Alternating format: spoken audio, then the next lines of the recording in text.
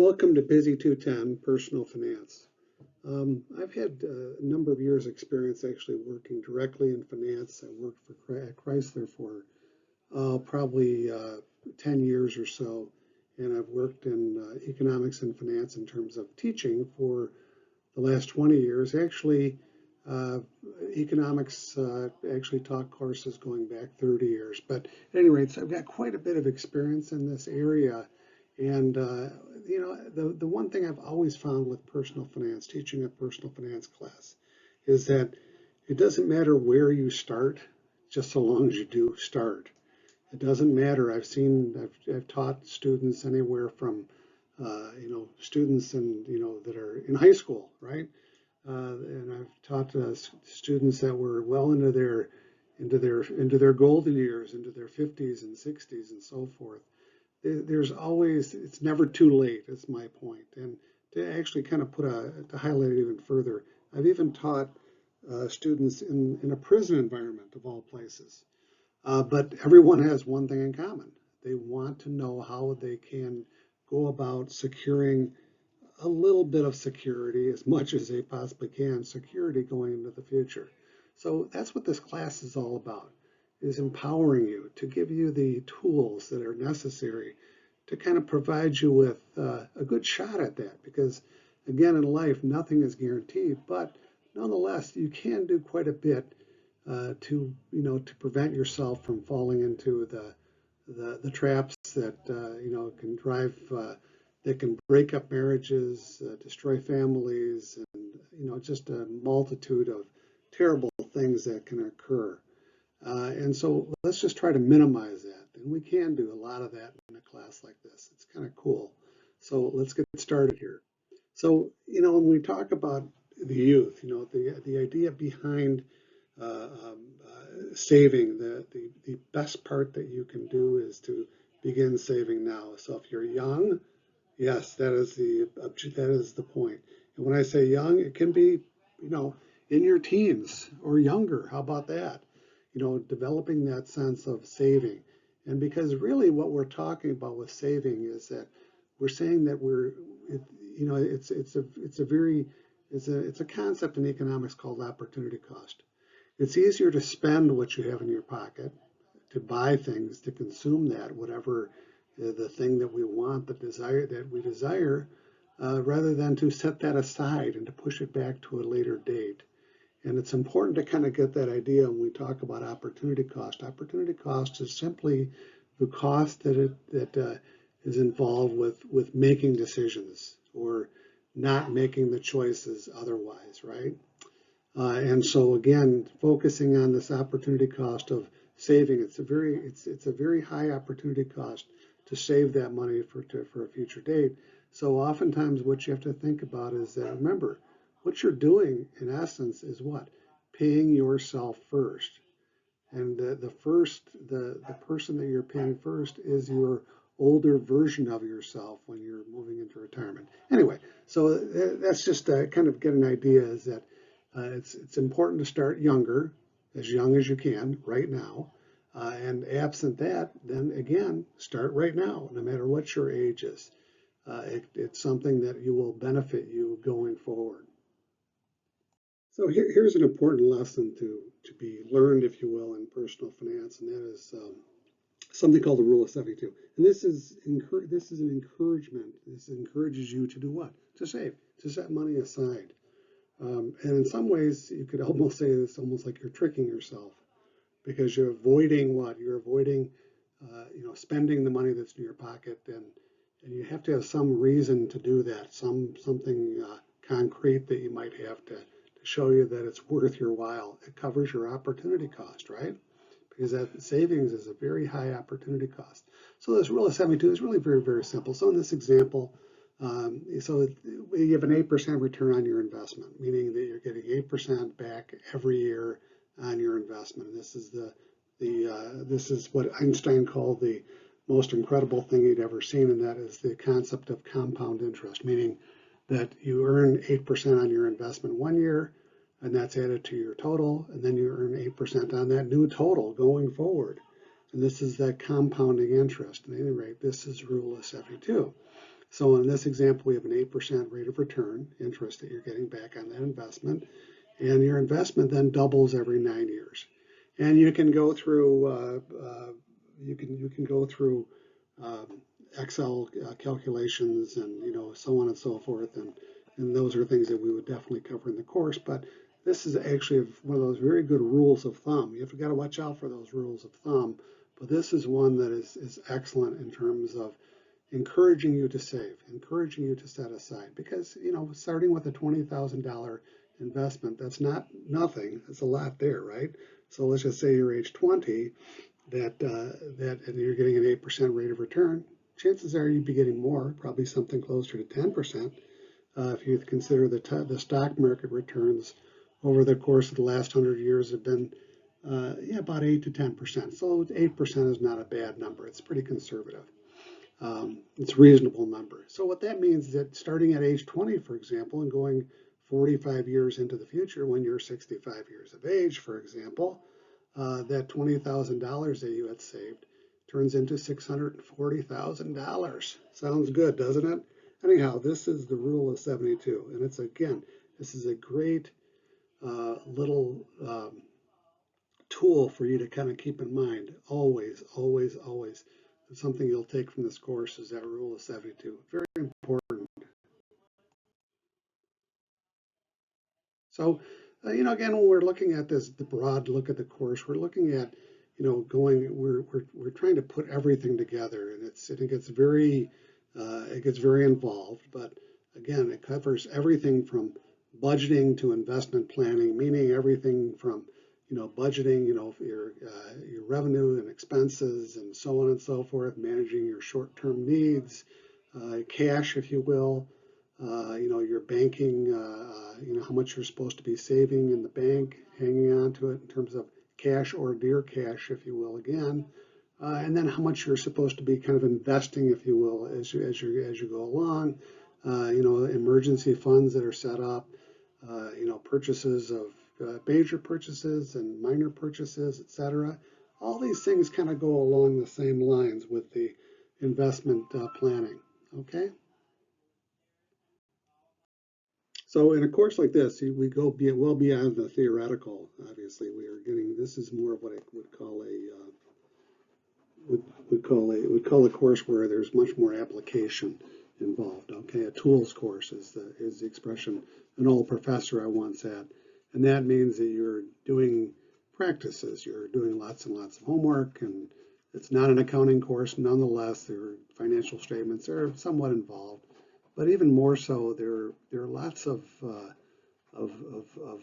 little exercises again throughout the course where we'll be analyzing your financial situation, your decision making, the processes involved in real life scenarios, which is part of the actual financial diary aspect that we will be getting into in this course as well. And it's a very simple process. You're cataloging your expenditures. And this in essence is the budget worksheet that would be associated with that. Just this example here, where we would have the revenue, which would be the income, and then the various types of expenses, the outflows, the income and then the outflow, the revenue and expenditures, income and expenses, all the same things, just different words used for the same scenario. Input, output, what income comes in, and what the expenses are that are associated with it going out. So we will definitely have lots of examples kind of going forward in the course. So anyhow, speaking of the course, this is their financial roadmap on the right-hand side, and this is one of those cyclical things in terms of going through, and the first step is getting organized, and what that means again is that figuring out where the heck you're at. Setting the goals is where you would like to be. This is that forecasting, financial forecasting type thing, and then the actual budget that you develop, comes from that. You evaluate your budget over and over and over again, and with things in mind, the focus being, of course, that trying to build up your saving for the short term, cover your emergency expenses, other incidentals, current expenses, if you will, And then the longer term in terms of what we talked about before. But always keep in mind when you pay yourself, you want to, when you receive your paycheck, you want to pay yourself first. And that's where we set something aside for saving, even if it's a, $10 a paycheck, it doesn't matter. I mean, it matters you'd like to do as much as possible, of course. But the point again being is that you take that and you set it aside and it's gone from your it's out of your pocket. It's taken out of your pocket for the time being, because remember that's what you're going to be paying yourself with later on, paying for your retirement years, your golden years. And along the way, of course, you focus on doing what? Paying off your debts. When you're young, you incur a lot of debt. There's nothing wrong with debt in and of itself per se. We buy homes, we buy vehicles, cars, vans to get to and from work, to transport families. The cost of families is not inexpensive, and we spend a good portion of our work life, well over half, I would say, paying off debt, focusing on paying off debt, or in my case, more than half. But anyway, be that as it may, the idea again is that we spend a significant amount of time doing what? Paying off debt and going through these iterations over and over again. So the course itself on the left-hand side, planning your personal finances, career planning, this is all part of it, including your resume to develop that, that job that you can tolerate, job that you will be able to, to stand going into work, where eventually, hopefully, you'll reach the point where it's no longer a job. It's a career, right? It's something that you enjoy doing. Maybe not always. There are always those bad days, but overall, you kind of enjoy that situation. So this is all part of the career planning path. It's all included in this personal finance course. Money management, short-term cash management is really the expression, where we work through budgets and financial statements and dealing with advisors, and that would be going longer term in terms of the investment, which is further down below. Tax strategy, unfortunately, there are taxes, there are the tax consequences, and pretty much everything that we do, any kind of any kind of revenue, any kind of income that we earn, and of course dealing with financial services, figuring out what makes most sense. What is it worthwhile going to bank A versus bank B? Do you get better rates? Do you get better service? And so far as like financial advisors, are they a fiduciary? Are they someone that's going to be watching out for your interest or more for theirs? All these things are there. We cover all of these things in this course. Consumer credit, the wise path forward with consumer credit in terms of having credit cards and so on and so forth, incurring debt in terms of buying vehicles and making purchases like that.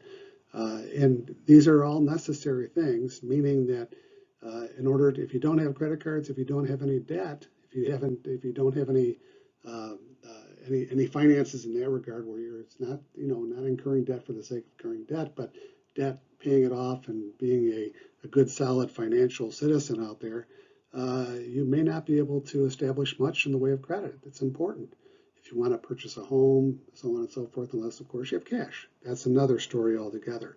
Leading into those major purchases, again, such as housing and vehicles, and of course, the insurance is out there for. Keep in mind with insurance, what we're talking about is insurance in terms of anywhere from vehicle insurance to health insurance to property insurance, homeowners insurance, and so on and so forth. And the idea of it with insurance is that you and the insurance company have the same goal in mind. That is that you'll never have to access that insurance, meaning you'll never, in order for you to collect on your life insurance, you have to die first, right? It's not for you, it's for your beneficiaries. Anyhow, you get the idea. And further, this is the progress through the course, getting into investments, just kind of understanding basics about stocks, bonds, mutual funds, and real investments in terms of not financial. Financial investments would be stocks, bonds, mutual funds, and the real investments would be real estate. If you're buying gold or buying something along those lines, okay? All those fit under that, the header of investing. Finally, retirement and estate planning. Retirement planning, of course, is how is it you're going to pay yourself back, right? Remember we talked about setting money aside, rule of 72, and so on and so forth. So this is the plan to where you work less or don't work at all, hopefully, or however much you would like, prefer to work, and being able to enjoy your retirement. And estate planning, of course, is what you're setting aside for going forward with your, with relatives, friends, or whomever that you're going to be leaving your estate behind to, whether it's to, donations, charities, etc. Anyway, you get the idea. So anyhow, the key takeaway to this is that what you're trying to do is establish some currency and some understanding of, what all this means, is financial literacy. There's a lot here. So keep that in mind, just a few labels that are out there: education, car expenses, house expenses, insurance expenses, investment, health insurance, health and, expenses, all these things. And how do you get from, from where you're at right now to that retirement, to your golden years, if you will. And so this is the importance of a course like this, is that, okay, you may not have a lot of money right now. You may never have a lot of money, but it's not necessarily the money that you have or the money that you make, it's the money that you actually save. It's that, it is the journey, if you will, right? Where if you are acting responsibly, and, in a manner in which we've talked about, highlighting that you pay yourself first, all those other concepts. The idea is that you will be able to reach a point at some point in time to achieve your goals, whatever those goals might be. You want to retire by 45? You can retire by 45, maybe. Good luck with that, but maybe you could do that. It happens. So keep these things in mind, is that these are all tools in the course like this that you're going to be taking away, with an understanding that there are some things in the background, the financial and the economic, that background that's out there that you have to kind of get your head wrapped around. It goes well beyond just being able to, put together a budget. It's understanding, how the economy is doing. What are the financial ramifications of doing this versus doing that? Being able to understand some things that go beyond just assets and liabilities, right? Keep this in mind. So that's kind of it. Other than, just a couple of pointers more, I guess you'd say, is that remember now, the best time to secure your financial future is today. Start now, no matter where that start point is. As I said before, you could be in high school, you could be in, your first or second year in college, or in your 20s or your 30s, your 40s, your 50s, your 60s. It doesn't matter. Where you start is now. This is the time you start. And remember, I've had students going all the way from anywhere from high school students to students that are in prison, that are thinking about their future beyond, of course, the prison walls. It's kind of a stark contrast there, but you get the idea. And always understanding that things change, things are changing all the time. And we have to learn to adjust, to recalibrate, to realign, actually, first, I guess, our budgets, our expectations, our reality.